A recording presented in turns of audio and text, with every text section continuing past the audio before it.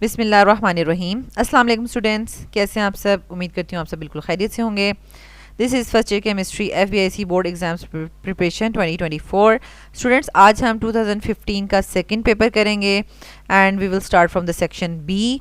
तो इससे पहले हम जितने पेपर्स कर चुके हैं तो उसमें आपने देखा है कि आहिस्ता आहिस्ता बहुत से क्वेश्चन जो है वो बहुत रिपीट होने लगे हैं, जैसे कि स्टॉकी के न्यूमेरिकल ज़रूर आ रहे हैं, ऑर्डर ऑफ रिएक्शन के क्वेश्चन ज़रूर आ रहे हैं, वेस्पर पे के क्वेश्चंस बहुत ज़्यादा पूछे जा रहे हैं, लीच एटलियर्स। तो इस तरह से आपने जो है वो जब आप PDF नोट्स जो है इनको प्रिंट आउट्स करवाएंगे तो आपने इस चीज़ पे गौर करना है, फोकस करना है कि जो हर पेपर में क्वेश्चन रिपीट हो रहा है तो वो उस पर आपने बहुत ज़्यादा ग्रिप रखनी है, ताकि अगर सेम क्वेश्चन उठ के आपके पेपर पर आ जाता है तो आप उसको बहुत बहुत अच्छा अटैम्प्ट करें और आपके फुल मार्क्स हों। Okay, let start. देखें, अब ये स्टॉकियो का न्यूमेरिकल है, मैंने इसको पर्पल में लिखा हुआ है क्योंकि हर पेपर में स्टॉकियो के न्यूमेरिकल्स पूछे जा रहे हैं। तो अब इसमें देखें डाटा जो गिवन है, तो डाटा में हमें सल्फ़र हाइड्रोजन सल्फाइड के 70 ग्राम्स और ऑक्सीजन के 125 ग्राम्स गिवन है। ठीक है, तो हमने सिंपल इसके मोल्स फाइंड आउट करने हैं और फिर बारी बारी सल्फर डाइऑक्साइड के साथ कंपैरिजन करना है। जो less number of moles of sulphur dioxide बनाएगा वो लिमिटिंग रिएक्टेंट होगा और लिमिटिंग रिएक्टेंट के मोल से हम amount of sulphur dioxide find out कर लेंगे। ठीक है, लेट्स स्टार्ट। तो ये हमारे पास इक्वेशन लिखी हुई है, mass of hydrogen sulphide, molar mass, और उसके बाद हमने मोल्स फाइंड आउट कर लिए, mass of oxygen, molar mass, and then हमने उसके मोल्स फाइंड आउट कर लिए। ठीक है, अब हमने कंपैरिजन करना है according to the balanced chemical equation. Molar ratios are, अब देखें मोलर रेशियोज क्या हैं। 2:2 की मोलर रेशियो है हाइड्रोजन सल्फाइड और सल्फर डाइऑक्साइड में, और 3:2 की रेशियो है, 2:2 एंड 3:2। ठीक है, तो अब ये देखें 2:2 एंड 3:2। तो अब हमने वो जो मैथमेटिकल स्टेप करते हैं 1 का फाइंड आउट करना है, तो ये 2/2 हो जाएगा, और इसका 1 का फाइंड आउट करना है तो ये 2/3 हो जाएगा। और अब हाइड्रोजन सल्फाइड के मोल्स के साथ मल्टीप्लाई करें और ऑक्सीजन के मोल्स के साथ मल्टीप्लाई करें। ठीक है, तो ये देखें 2.06 हाइड्रोजन सल्फाइड के मोल्स होंगे, तो वो ये हमारे पास 2.06 मोल्स ही बना रहे हैं सल्फर डाइऑक्साइड के, और ऑक्सीजन के 3.9 होंगे तो हमारे पास सल्फर डाइऑक्साइड के 2.6 मोल्स बन रहे हैं। तो स्टूडेंट्स, यहाँ पर 2.06 moles of sulphur dioxide less हैं, सो हम यहाँ पर क्या लिखेंगे, as hydrogen sulphide is producing less number of moles of SO2 so it is a limiting reactant. ठीक है, तो यहाँ पर हमारे पास अब हमने mass of SO2 produce find out करना है। उसके लिए सबसे पहले हम मोलर मास इसका फाइंड कर लेंगे, then mass of SO2 produce is equals to moles into molar mass, तो हमारे पास आंसर आ जाता है 131.84 ग्राम्स। नेक्स्ट हमारे पास है क्वेश्चन नंबर 2। अब स्टूडेंट्स, ये हमारे पास Graham's law of effusion and diffusion का क्वेश्चन है, बहुत इंपॉर्टेंट है क्योंकि अगर तो आपको देखें एक मोलर मास होता है जो भी नॉन गैस होती है और एक अननोन। ठीक है, अननोन गैस का आपको फाइंड आउट करना होता है, तो ये तो नॉन का भी आप फाइंड आउट कर लेते हैं, आपके पास फार्मूला होता है, आप फाइंड आउट कर लेते हैं। तो साथ बेसिकली या तो आपको रेट दिया जाएगा दोनों गैसेस का, तो डायरेक्ट आपने क्वेश्चन हल कर लेना है। अगर रेट नहीं दिया जाता और वॉल्यूम ऑफ द गैस दिया जाता है तो वॉल्यूम को टाइम से डिवाइड करके रेट फाइंड आउट करें और उसके बाद फिर आपने ग्राहम्स लॉ का फॉर्मूला लगाना है। ठीक है, तो ये यहाँ पर आप देख लें कि 2015 के फर्स्ट पेपर में भी ये क्वेश्चन रिपीट आया हुआ था, यहाँ रिपीट हो रहा है। सपोज अननोन गैस A है, आपको वॉल्यूम दिया हुआ है, दोनों का सेम वॉल्यूम है दोनों गैसेस का। ठीक है, और टाइम ऑफ इफ्यूजन बताया हुआ है, कार्बन डाइऑक्साइड का 115 सेकेंड्स है और अननोन गैस का 146 सेकेंड्स है। ठीक है, और molar mass of carbon dioxide हमने खुद फाइंड कर लिया और A का हमने फाइंड करना है। ठीक है, अब रेट तो हमें पता है, रेट ऑफ जो इफ्यूजन है गैसेस का वो volume of the gas divide by time, यानी कितना वॉल्यूम कितने टाइम में मूव कर रहा है उसे हमें रेट ऑफ इफ्यूजन पता चलता है। ठीक है, तो इसके लिए हम क्या करेंगे, दोनों का सेम है ना वॉल्यूम 50, तो 50 डिवाइड बाय उनके टाइम से उनको डिवाइड कर लेंगे। देखें दोनों का हमारे पास रेट आ गया है। अब हम जो है वो according to Graham's law of effusion उसका फार्मूला लगाएंगे। ठीक है, और उसमें हम फिर उसकी रेट्स को पुट करेंगे और मोलर मासेस को पुट करेंगे और दोनों साइड पे हम स्क्वायर लेंगे ताकि स्क्वायर रूट कैंसिल आउट हो जाए। ठीक है, और अब हमारे पास आंसर आ जाएगा 71 ग्राम्स पर मोल। ठीक है, और ये हमारे पास है क्लोरीन का मोलर मास। तो ज़रूरी नहीं है कि ये तो मैंने वैसे ही लिख दिया आपको बताने के लिए कि ये क्लोरीन गैस होगी, अननोन गैस जो है वो क्लोरीन है। अगर पूछा नहीं है क्वेश्चन में तो ज़रूरत नहीं है बताने की। ठीक है, यहाँ तक कि आपने आंसर फाइंड आउट कर लेना है। ठीक है, नेक्स्ट हमारे पास question number 3। Keeping in mind the discharge tube experiment justify the following facts. तो स्टूडेंट्स ये बहुत इंपॉर्टेंट क्वेश्चंस हैं जो कि डिस्चार्ज ट्यूब एक्सपेरिमेंट से बहुत ज़्यादा दफ़ा पूछे जाते हैं। Whichever gas is used in the discharge tube, the nature of the cathode rays remains the same. And the second question है the charge to mass ratio of the positive rays for different gases is different but for cathode rays charge to mass ratio is same. यानी आप देखें charge to mass ratio और nature of the cathode rays, ये दोनों चीज़ें cathode rays के लिए same रहती हैं लेकिन पॉजिटिव रेज के लिए डिफरेंट हो जाती हैं। तो इसको हम देखें वन बाय वन, इसको सॉल्व करते हैं। कैसे लिखना है हमने, आपने पहले 2 लाइंस, असल में दो लाइंस में इसका आंसर है, ठीक है। पहली लाइन में आपने बताना है कि कैथोड रेज होती क्या हैं, ठीक है, और पॉजिटिव रेज वाले में बताना है कि पॉजिटिव रेज होती क्या हैं। Cathode rays are actually electrons produced by the ionisation of atoms of molecules, ठीक है। इसी पैटर्न पे हम दूसरे पार्ट का भी आंसर लिखेंगे। और सो ईच गैस प्रोड्यूसेस, यानी जो भी आप गैस यूज़ कर लें डिस्चार्ज ट्यूब में, so each gas produces same type of electrons having same message, ठीक है, irrespective of the nature of the gas. अब ये वाली जो लास्ट पॉइंट है ये तो क्वेश्चन में से ये हो जाता है ना, that's why whichever gas is used in the discharge tube the nature of the cathode rays and the charge to mass ratio remains the same. यानी आपने बताना है कोई भी गैस यूज़ की जाए दोनों चीज़ें कांस्टेंट रहती हैं। क्या क्या, nature of the cathode rays और charge to mass ratio of the cathode rays दोनों ही सेम रहते हैं। अब पॉजिटिव रेज के लिए हम क्या लिखेंगे, positive rays are actually cations. कैसे प्रोड्यूस होते हैं, produce by the ionisation of atoms of gas molecules. So each gas produces different types of cations having different masses depending on the nature of the gas। तो साथ हमने example भी बता दी कि अगर हम हाइड्रोजन गैस यूज़ करेंगे तो उसके कैटाइंस होंगे H+, और अगर ऑक्सीजन गैस यूज़ करेंगे तो उसके कैटाइंस होंगे O+, ठीक है। तो लास्ट में तो वही पॉइंट है जो आपका क्वेश्चन में से होता है, that's why for different gases use in the discharge tube the nature of the cathode rays and charge to mass ratios will be different, ठीक है। तो ये आपने बहुत अच्छे से इसको करना है क्योंकि डायरेक्ट ये क्वेश्चन भी पेपर में आने के चांसेस हैं। देन है question number 4, predict the geometries of BF3 NH3 on the basis of VSEPR theory. और ये as it is question repeat हो रहे हैं 2013 के सेकंड क्वेश्चन में, सेकंड पेपर में ये पूछा हुआ था। अब देखें BF3 पूछा जाए, ठीक है, BCl3 पूछा जाए या BH3 पूछा जाए, कुछ भी पूछा जाए, यानी इसके साथ तो 3 ही सराउंडिंग एटम्स लगने हैं ना। तो आगे बेसिकली बोरॉन आपका सेम है, ठीक है। अच्छा, उसके अलावा ये इसका मतलब है कि ये सब एक ही तरह के होंगे। और उसके बाद नाइट्रोजन है, नाइट्रोजन से नीचे जो उसका ग्रुप है उसमें फॉस्फोरस होता है। NH3 का पूछें या PH3 का पूछें तो इनकी सेम स्ट्रक्चर होगी और सेम तरीके से ये फॉलो होंगे, लेकिन सिर्फ स्टार्ट में पहली लाइन डिफरेंट होगी जिसमें इनकी इलेक्ट्रॉनिक कन्फिगरेशन जो है वो आप लिखेंगे, ठीक है। नेक्स्ट हमारे पास question number 5, write an expression for the KSP of the magnesium hydroxide, ठीक है। पहले एक्सप्रेशन लिखना है और दूसरा ये है कि आपने KSP दिया हुआ है, सॉल्युबिलिटी प्रोडक्ट कांस्टेंट की वैल्यू दी हुई है, आपने मैग्नीशियम आइंस की कंसंट्रेशन फाइंड आउट करनी है, ठीक है।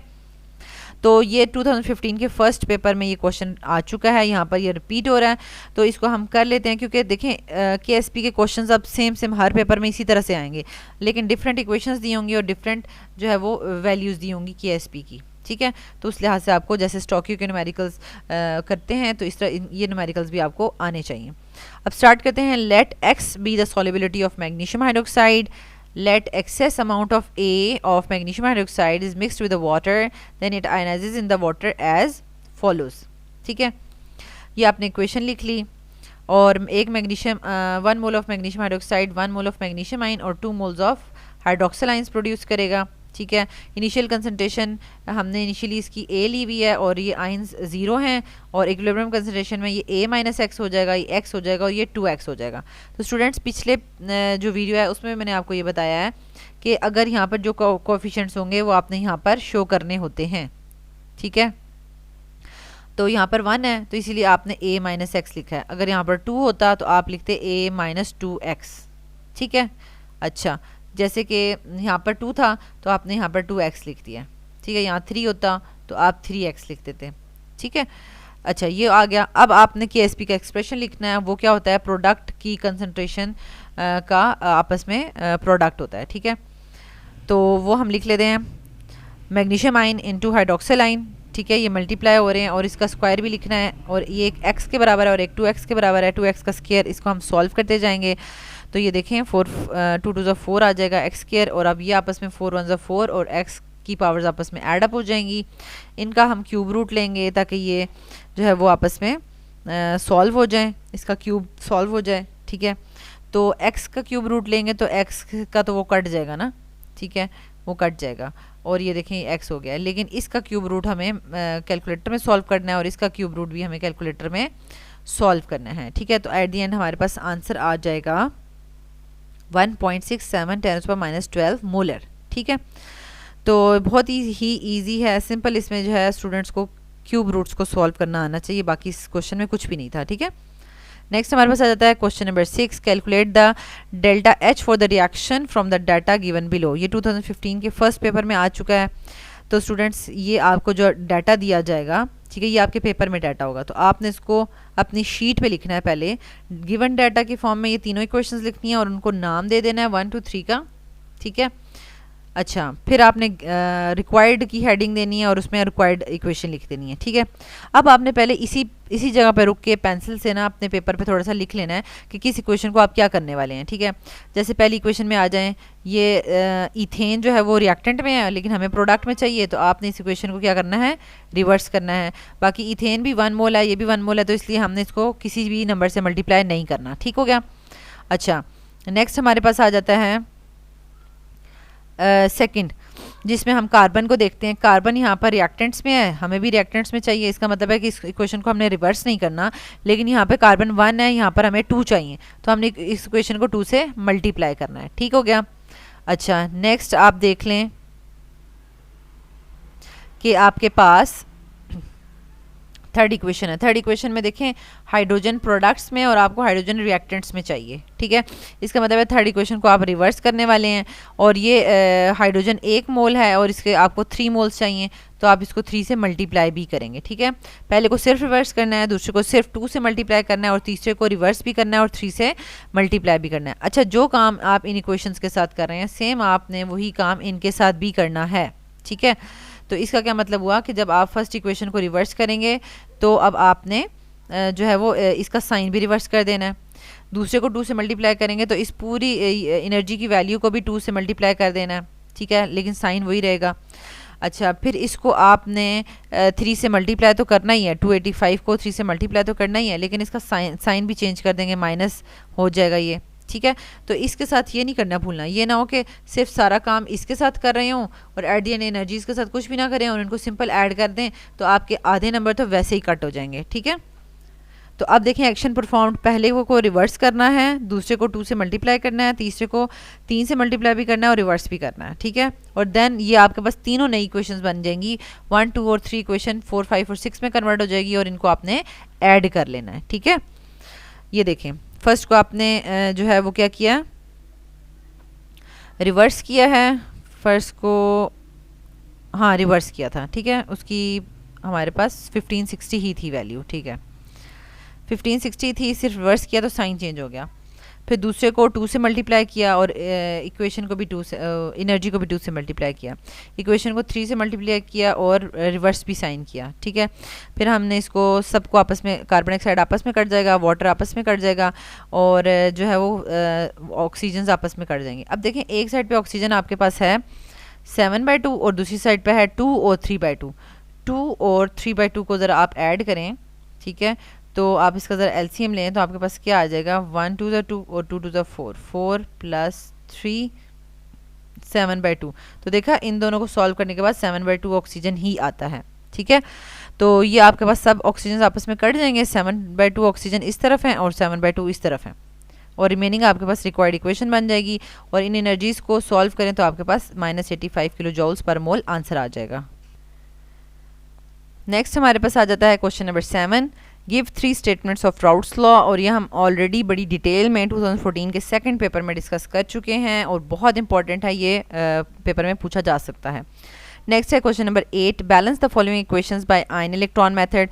तो ये दोनों आपकी जो इक्वेशंस हैं ये आपकी एक्सरसाइज के क्वेश्चन से ली गई हैं, ठीक है। पहली इक्वेशन ये देख लें आपके पास सबसे पहला स्टेप इसका क्या होगा, split the reaction into two half reactions. ठीक है, आपने एक रिडक्शन हाफ रिएक्शन में कर दिया और एक ऑक्सीडेशन हाफ रिएक्शन में कर दिया। अच्छा, सबसे पहले आपको पता कैसे चलेगा कि आपने रिडक्शन हाफ रिएक्शन में कौन सा लेना है, वो आपने थोड़ा सा रफ वर्क करना होगा। ठीक है, जैसे यहाँ पर मैग्नीज +2 में है ना, तो आप यहाँ चेक कर लें मैग्नीज इधर कितने में है। ठीक है, तो वो आप चेक कर लें मैग्नीज और ऑक्सीजन के 4।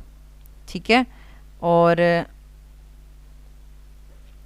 अब एक ऑक्सीजन के ऊपर -2 होता है और 4 के ऊपर कितना होगा, -8। ठीक है, अब ओवरऑल मैग्नीज के ऊपर -1 चार्ज है। ठीक है, तो यहाँ पर +7 होगा, तो +7 और -8 सॉल्व होके -1 आएगा। ठीक है, तो यहाँ पे आपको पता चल गया कि मैग्नीज +7 से +2 में जा रहा है, तो इसने 5 इलेक्ट्रॉन क्या किए, गेन किए।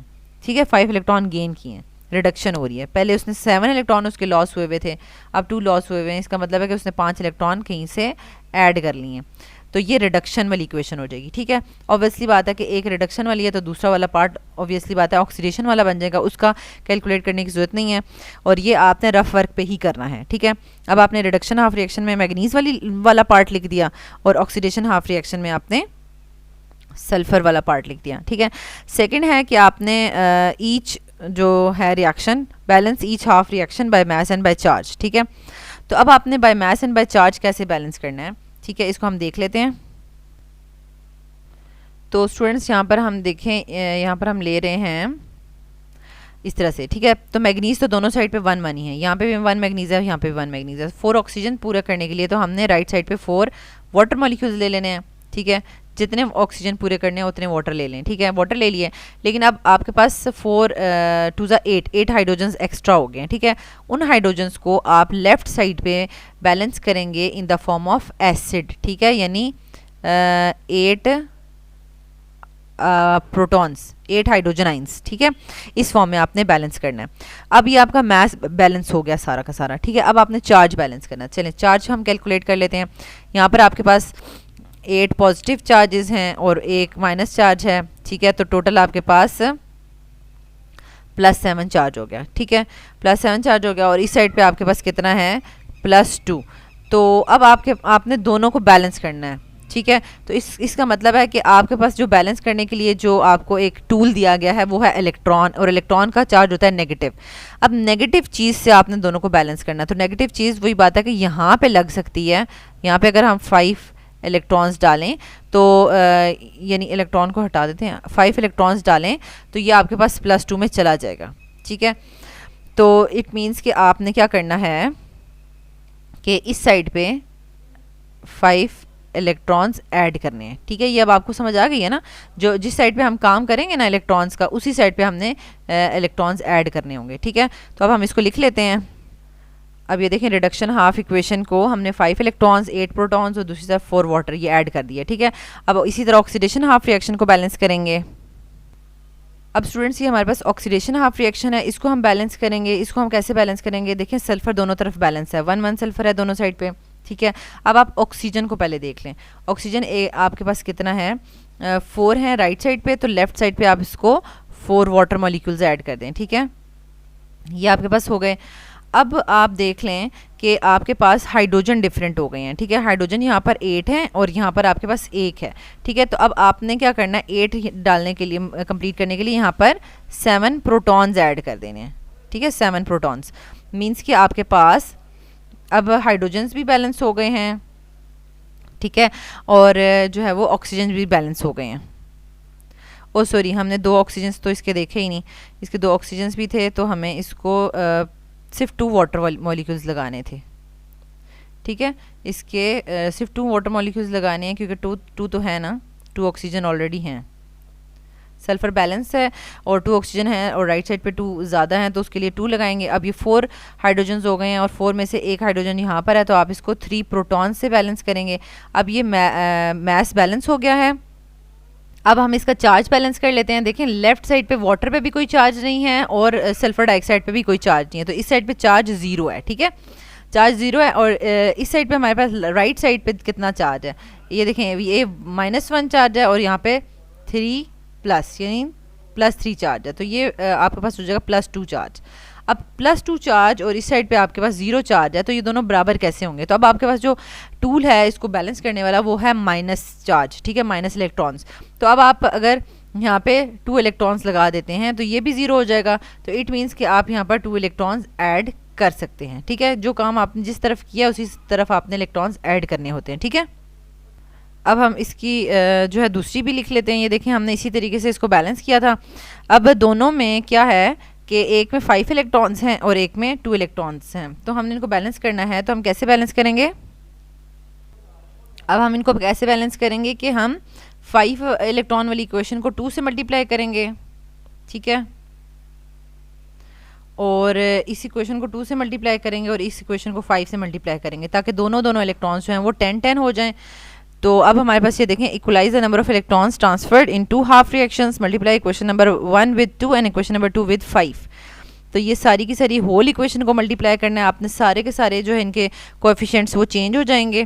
देन आपने लास्ट में इनको जो है वो ऐड कर लेना है। Now add both half reactions, दोनों को ऐड करें। 10 इलेक्ट्रॉन्स से कट जाएंगे।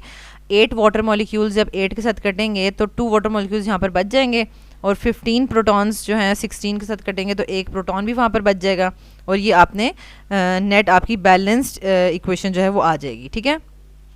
सेम इसका सेकंड पार्ट है आपके पास।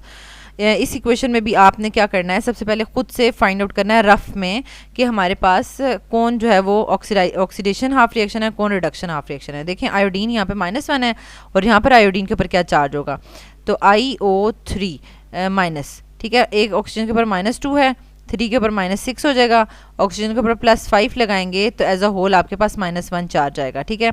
तो आयोडीन +5 से -1 में जा रहा है, ठीक है, मीन्स के उसने इलेक्ट्रॉन्स गेन किए हैं, 6 इलेक्ट्रॉन्स गेन करके वो यहाँ पर पहुँचा है, 6 इलेक्ट्रॉन्स, ठीक है।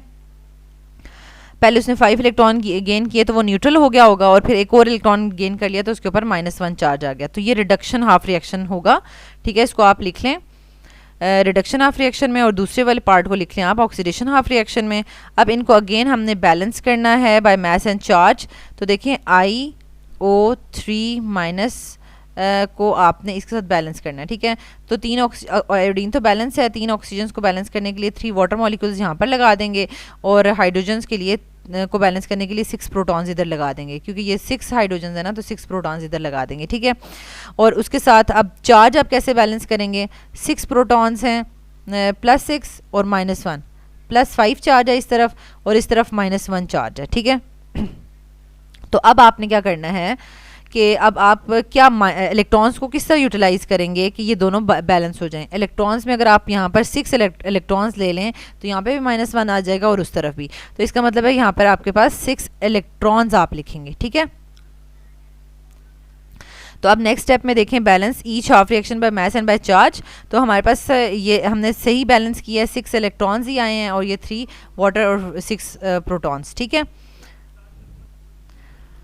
अब देखें हम यहाँ पर इसको मास एंड चार्ज से बैलेंस करेंगे। अब देखें दोनों तरफ AS जो एटम है एसिटीन वो सेम है, लेकिन यहाँ पर लेफ्ट साइड पे एक ऑक्सीजन कम है तो एक ही वाटर डालेंगे, और फिर हाइड्रोजन्स को बैलेंस करने के लिए दूसरी साइड 2 प्रोटॉन्स डाल देंगे, ठीक है। अब हमने देखना है इलेक्ट्रॉन चार्जेस को। चार्ज हमारे पास यहाँ पर सिर्फ -3 है और यहाँ पर -3 और +2 मतलब -1 चार्ज है, ठीक है। अब दोनों साइड पे माइनस चार्जेस बैलेंस कैसे होंगे? अब इलेक्ट्रॉन को यूज़ करेंगे तो 2 इलेक्ट्रॉन्स अगर यहाँ पर डालें तो यहाँ पर भी -3 हो जाएगा, तो दैट्स वाई हम यहाँ पर 2 इलेक्ट्रॉन्स ऐड कर देंगे, ठीक है। तो अब देखें हमने यहाँ पर इसको बैलेंस कर लिया है, लेकिन दोनों के अब इलेक्ट्रॉन्स को बराबर करना है थर्ड स्टेप में। तो यहाँ पर 6 इलेक्ट्रॉन्स हैं, यहाँ पर 2, तो हमने इक्वेशन नंबर 2 को 3 से मल्टीप्लाई करेंगे, होल इक्वेशन को 3 से, तो ये हमारे पास बैलेंस हो जाएगी। तो अब देखिए इलेक्ट्रॉन्स इक्वल हो गए हैं 6-6। अब फोर्थ स्टेप में हम दोनों इक्वेशंस को ऐड अप कर देंगे, ऐड बोथ हाफ इक्वेशंस। तो इलेक्ट्रॉन्स आपस में कैंसिल आउट हो जाएंगे, ठीक है, और 6 प्रोटॉन्स भी आपस में कैंसिल आउट हो जाएंगे और 3 वाटर मॉलिक्यूल्स भी। तो रिमेनिंग इक्वेशन जो है वो हमारी बैलेंस्ड इक्वेशन हो जाएगी। नेक्स्ट है question number 9, discuss the following properties of the crystalline solids, anisotropy and polymorphism. तो स्टूडेंट्स ये बहुत ही इजी डेफिनेशंस हैं विद एग्जांपल। एनिसोट्रॉपी क्या होता है? A substance which shows different intensity of properties in different directions is called anisotropic and this property is called anisotropy। और इसमें कौन कौन सी प्रॉपर्टीज़ आती हैं, जैसे कि रिफ्रैक्टिव इंडेक्स है, इलेक्ट्रिकल एंड थर्मल कंडक्टिविटीज़ हैं। तो इट मीन्स कि अगर कोई भी आपके पास सब्सटेंस है वो एक डायरेक्शन में इलेक्ट्रिकल कंडक्टिविटी कंडक्ट कर रहा है तो दूसरी साइड पे कंडक्टिविटी शो नहीं करेगा, ठीक है। तो इसकी हमारे पास रीज़न क्या है कि जो भी हमारे पास क्रिस्टलाइन सब्सटेंसेस होते हैं they are build up of small units having different arrangement of particles in different directions, ठीक है। Thus it shows different properties in different directions. अब इसकी एक बेस्ट एग्जांपल ग्रेफाइट है। Graphite exist in layers. तो graphite हमारे पास इस तरीके से लेयर्स की फॉर्म में एग्जिस्ट करता है, ठीक है। हेक्सागोनल उसके यूनिट्स होते हैं और बीच में इस तरीके से वो आपस में जुड़े होते हैं, ठीक है। अब ये पूरी की पूरी लेयर्स जा रही हैं हेक्सागोनल, ठीक है। इनके बीच में से इलेक्ट्रिसिटी कंडक्ट हो सकती है लेकिन perpendicular to the layers electricity conduct नहीं हो सकती, ठीक है। Graphite exist in layers and is conductor parallel to the layers but insulator across the layers. और पॉलीमॉर्फिज्म क्या है? पॉली हमें नाम से पता चल रहा है कि many. The substance existing in more than one crystalline form is called polymorphous substance and this phenomena is called polymorphism. और इसमें हमारे पास एग्जांपल आ जाती है सोडियम क्लोराइड, वो क्यूबिक और ऑक्टाहेड्रल फॉर्म में एग्जिस्ट करता है। और कैल्शियम कार्बोनेट जो है वो ट्राइगोनल होता है जब वो कैल्साइट में प्रेजेंट होगा, और ऑर्थोरोम्बिक होगा स्ट्रक्चर होगी उसकी जब वो एरोगोनाइट में प्रेजेंट होगा, ठीक है। तो ये आपको मेमोराइज करना है, ये नॉलेज बेस्ड क्वेश्चंस हैं। एंड लास्ट क्वेश्चन है हमारे पास question number 10, what are the factors affecting the viscosity of a liquid. तो आपने विस्कोसिटी के सिर्फ फैक्टर्स ही एक्सप्लेन करने हैं, उसकी डेफिनेशन नहीं लिखनी, ठीक है। विस्कोसिटी बेसिकली क्या होती है? Resistance in the flow of the liquid, यानी उसको जितना फ्लो लिक्विड की लेयर्स को एक दूसरे पे फ्लो करने में जितनी ज़्यादा रेजिस्टेंस आ रही होती है तो हम कहते हैं वो उतना ही विस्कस है, ठीक है। तो अब इसका सबसे पहला फैक्टर क्या है? Molecular shape and size. Small, compact and regular shaped molecules have lower viscosity, जैसे कि वाटर है, एसीटोन है, बेंजीन एंड मेथनॉल। और इसके मुकाबले में large irregular shaped molecules have high viscosity, जैसे कि हनी और ग्लिसरीन है, ठीक है। रीज़न क्या है इसके साथ? Because large molecules tangled up with each other causing resistance to flow, यानी एक दूसरे के साथ वो एक दूसरे को रेजिस्टेंस कॉज करते हैं, टैंगल्ड हो जाते हैं, ठीक है, जिसकी वजह से वो फ्लो नहीं कर पाते। सेकेंड है आपके पास इंटरमॉलिक्यूलर फोर्सेस। जितना ज़्यादा देखें जो लिक्विड की लेयर्स हैं उनके दरम्यान में इंटरमॉलिक्यूलर फोर्सेस स्ट्रांग होंगी तो उतना ही उनको फ्लो करने में मुश्किल होगी, ठीक है। Stronger the intermolecular forces among the molecules, higher is the viscosity. Water is more viscous than methanol due to extensive hydrogen bonding, ठीक है। ये एग्जाम्पल हो गई है इसकी। नेक्स्ट हमारे पास है लास्ट फैक्टर टेम्परेचर। तो अब जब देखें हमने कहा कि अगर इंटरमॉलिक्यूलर फोर्सेस स्ट्रॉन्ग हैं तो विस्कोसिटी भी ज़्यादा होगी, लेकिन अगर हम टेम्परेचर बढ़ाएं और मॉलिक्यूल्स के दरमियान में जो लिक्विड के मॉलिक्यूल्स हैं उनके दरमियान की इंटरमॉलिक्यूलर फोर्सेस ब्रेक हो जाएं तो फिर है कि वो ईजिली फ्लो कर सकते हैं, तो उसकी विस्कोसिटी कम होती जाएगी। तो टेम्परेचर का क्या इन्वर्स रिलेशनशिप है? Increase in temperature decreases the viscosity, because increase in temperature decreases intermolecular forces, ठीक है, एंड मॉलिक्यूल्स मूव फास्टर। तो स्टूडेंट्स यहाँ तक हमने फर्स्ट 10 क्वेश्चन जो है वो डिटेल में डिस्कस कर लिए हैं। इसकी एग्जाम्पल भी आप लिख सकते हैं, honey is easier to pour when it is hot than when cold. तो नेक्स्ट वीडियो में जो है हम क्वेश्चन नंबर 11 से 19 तक डिस्कस करेंगे। Thank you so much students for watching this video. Allah ताला आपको बहुत आसानियाँ अता फरमाए और आसानियाँ तकसीम करने का शर्फ अता फरमाए। Thank you.